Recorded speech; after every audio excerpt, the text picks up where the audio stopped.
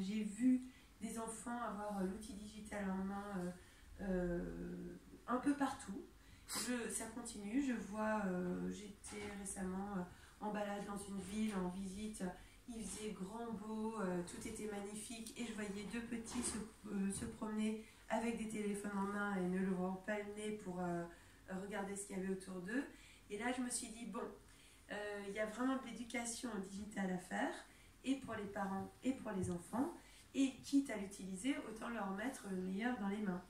Donc j'ai commencé par sélectionner, enfin par tester tout ce qui passait. Donc là j'en suis entre 1009-2000 applications testées.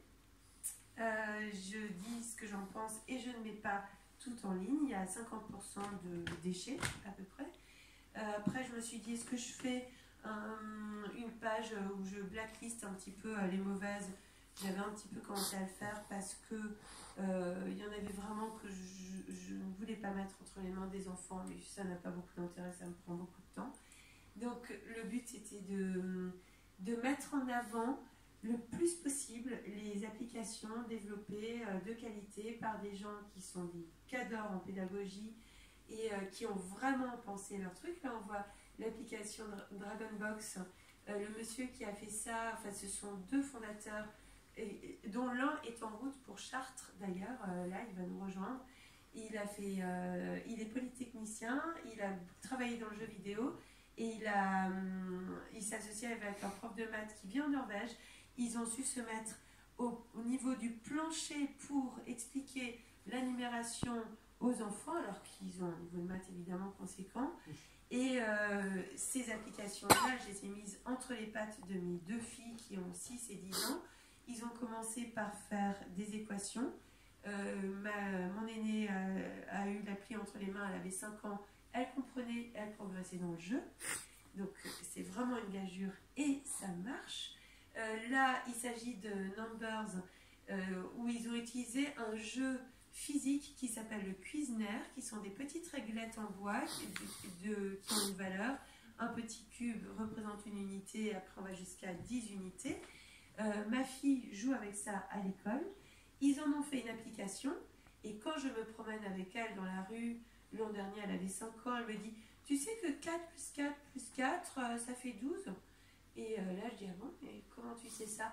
Non, mais parce que dans Numbers, quand je fais ça, j'ai compris que les petits monstres qui mangent les autres, ça s'additionne, et donc on en vient à faire des multiplications. Elle était en grande section. Donc là je me dis, super, ben, l'objectif est atteint, ça marche très bien. Évidemment, tout ça, c'est en le liant à des usages pédagogiques, mais en fait on passe par le ludique, et je n'ai jamais rien vu au bout de 15 ans d'enseignement que le ludique, rien de mieux que le ludique pour apprendre. Donc on est tout à fait dans ce que j'aime, dans ce que j'attends, dans ce que j'espère pour mes élèves, qui prennent du plaisir et qui se disent qu'en fait apprendre est vraiment quelque chose de fun. Et à côté de ça, j'ai commencé à développer le réseau Max, Zumax, enfin tout ce que je pouvais faire pour écrire des articles et faire connaître ces petites startups françaises et étrangères aussi, mais de qualité, qui n'ont pas de héros emblématiques qui passent à la télé et qui ont des applis développés. Parce que souvent, quand on a un porte-drapeau de dessin animé, l'application qui suit n'est pas forcément de grande qualité. Là, on a des personnages qui ne sont pas connus, mais qui gagnent à être connus par les enfants. Donc, j'ai ensuite écrit des articles dans différents magazines famille, vraiment le Milk, il y en avait un qui s'appelait Côté Famille, mais qui n'existe plus maintenant, mais qui avait une vraie voix au chapitre, et Family, enfin différents petits magazines comme ça. Et tout ce développement-là m'a permis aussi de parler aux parents et de leur dire, il faut de tout pour que l'éducation soit profitable. C'est comme l'alimentation, on puise aussi bien dans le sucré, dans le salé, que dans les légumes, la viande, les protéines. Ben, l'éducation c'est pareil, donc on va faire manipuler les enfants, on va leur mettre des livres papier entre les mains, et on va leur mettre des outils digitaux pour compléter l'apprentissage. Et le fait d'avoir un réinvestissement sur différents supports permet aux enfants d'apprendre dans la répétition sans que ce soit douloureux et sans s'en rendre compte.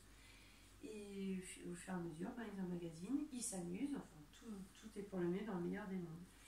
Et à côté de ça, aussi dans le milieu un petit peu plus défavorisé, ou même carrément défavorisé dans lequel j'évolue tous les jours, je suis confrontée à des parents qui, eux, sont complètement happés par le digital, qui n'ont aucune limite pour leurs enfants. Donc j'ai des élèves qui se couchent avec la tablette et qui n'ont pas ce type d'application entre les mains. Donc là, ça me permet aussi de faire de l'éducation aux parents en disant, vous êtes le maître à bord, vos enfants sont censés vous écouter et c'est vous qui posez les limites et qui rythmez la vie de votre enfant. Donc ça, c'est une autre mission que je me suis auto-attribuée pour que l'enfant progresse vers du plus. Quoi. Donc, je ne sais pas si j'ai été assez complète sur tout ce que je voulais dire. Outre le fait que ce que je vois aussi comme attrait particulier dans ces applis, c'est qu'elles ouvrent une fenêtre sur l'univers aux enfants. Donc on va avoir des applis sur la musique classique par exemple, on va avoir des applis sur le monde entier à découvrir, et les enfants qui les découvrent, qui les ont entre les mains, n'ont pas forcément cet apport-là dans leur famille.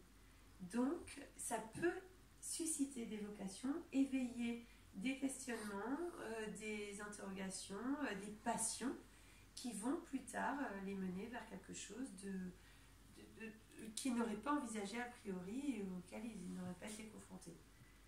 Donc, on va découvrir des talents aussi grâce à ça. Je ne sais pas si vous